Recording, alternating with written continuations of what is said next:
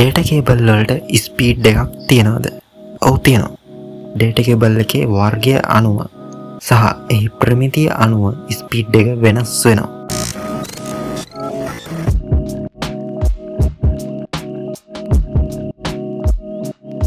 අපි බලමු පොදුවේ භාවිතා වන USB cable වල ස්පීඩ් එක මොන වගේද කියලා. USB 2.0 cable වල 480 Mbps ස්පීඩ් එකක් තියෙනවා. USB 3.2 Gen 1 cable වල 5 Gbps ඒ වගේම USB 3.2 Gen 2 cable වල 10 Gbps ස්පීඩ් එකක් තියෙනවා.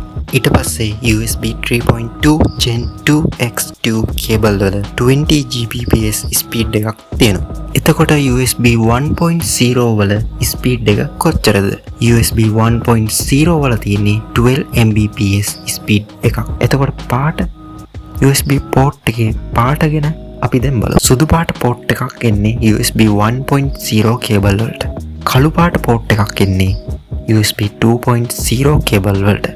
නිල් පාට port එකක් එන්නේ USB 3.2 Gen 1 වගේ cable වලට. හැබැයි USB-C to USB-C cable වලට පාට බලපාන්නේ නැත. ඉතින් අද වීඩියෝ එකෙන් කතා කළේ USB cable ගැන විස්තර කිහිපයක්. වීඩියෝ එකත් එක්ක එකතු වුණ ඔයගොල්ලෝ හැමෝටම ගොඩක් ස්තුතියි. එහෙනම් ජය වේවා.